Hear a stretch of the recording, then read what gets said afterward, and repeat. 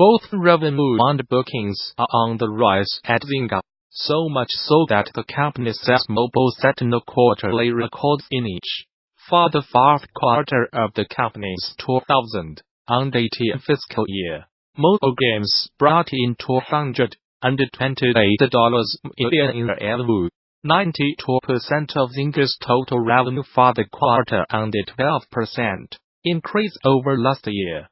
The quarter also brought record mobile user paying of $158 million, up 8% from last year, and record mobile advertising revenue of $69 million, a 23% increase. As well. As a whole, Zynga saw $249 million in revenue for the final quarter of its fiscal year, an increase of 7% year-over-year. Zynga leadership notes that, with this better-than-expected growth, Zynga's turnaround is now complete, and that leaves the company well-positioned for significant growth in 2019 and beyond. Up until just a couple years ago, a profitable quarter was a rare thing for Zynga. Now, to keep this positive momentum going, Zynga plans to move forward with a focus on live game-driven player engagement and growth through new games, international markets, and emerging technologies. The company cites record performance of its Words with Friends, Merge Dragons, and CS2 titles as driving factors behind this quarter's strong results. While Zynga Poker did not do quite as well for the company as years past, Zynga notes that the launch of Wonka's World of Candy helped to offset that softness, at least partially. For the entire fiscal year, ending December 31st, 2018 Zynga saw $908 million in revenue, a 5% increase year-over-year. Bookings, meanwhile, rose 40% year-over-year to $970 million. Mobile alone was responsible for $816 million of that revenue, up 10%, and $883 million of those bookings, up 19%. Building games around popular licensed properties in TV and film has long been tricky business. But at the 2019 Game Developers Conference in March, you will hear how the team behind the hit mobile gamer-on's Game of Thrones found success while working with stakeholders on one of the world's biggest TV shows.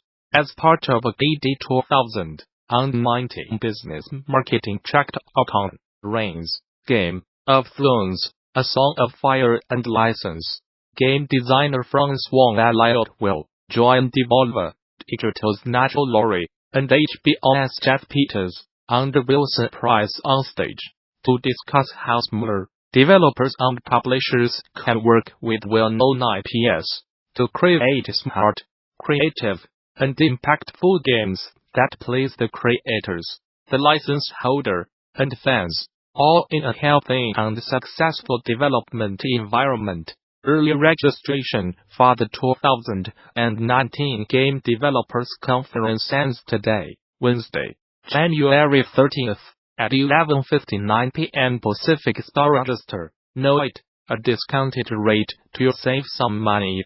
To show you that's not too good to be true, the panel will use the development and production of Reigns, Game of Thrones, as a case study, and give you insightful perspectives from developer Nuriel, publisher Devolver Digital, and licensor Ball.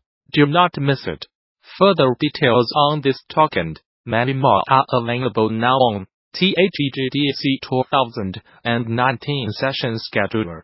There you can begin to lay out your GD 2019, which takes place March 18th through the 22nd at the newly renovated Moscone Center in San Francisco. Bring your team to GD, register a group of 10 or more and save 10% on conference passes. Learn more. For more details on GDC 2019. On 19, visit the show's official website.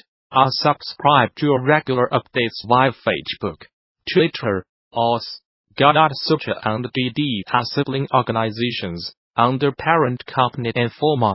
Blizzard has extended its publishing deal with NetEase, so the tech company can continue distributing its games in mainland China.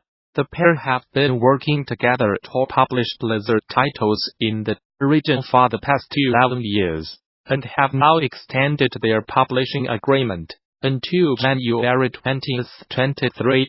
The collaboration began back in 2008 with a licensing deal to bring StarCraft II and the Battle.net platform to China. Since then, the duo have worked together to launch other titles like World of Warcraft, Hearthstone, and Diablo 3 in a region. We are pleased to continue our successful partnership with Blizzard after more than a decade of close cooperation, said William Ding, founder and CEO of NetEase. The scope of our collaboration is now deeper and broader than ever before. We are confident that together we will continue to bring even more exciting game experiences to players worldwide.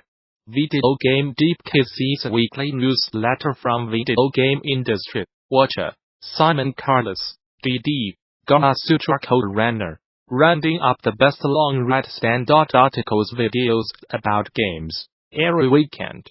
This week's highlights include a multitude of best-of lists of the top games of the year from the individual through group roundups to individual highlights, and there's also pieces on the current, the Outer Worlds Atlas, and the classic Next History, the quarter century of digital extremes, among others. Happy holidays to you and yours.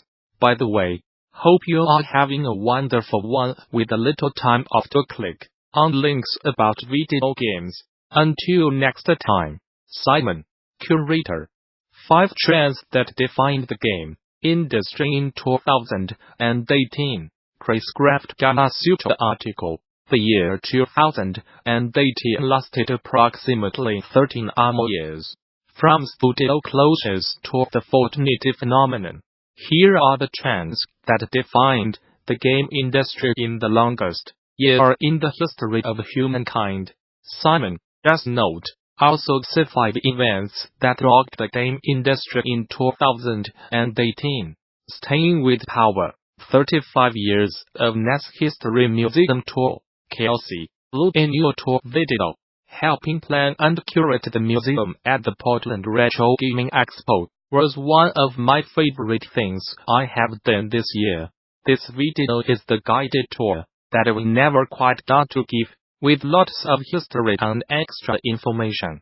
I'd also included a bit about our planning process and challenges we faced at the end, if that sort of thing interests you. Simon, as note, masterminded by the Video Game History Foundation's Frank Cifaldi, Kelsey, and many others besides. This was an amazing pop-up museum exhibit.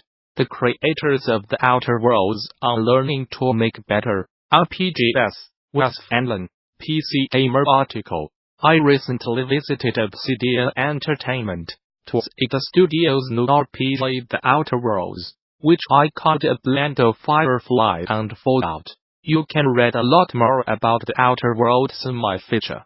But I also talked to Tim and Leonard about their careers making RPGs, and how that experience and working at Obsidian is affecting this new game. Here's what they had to say.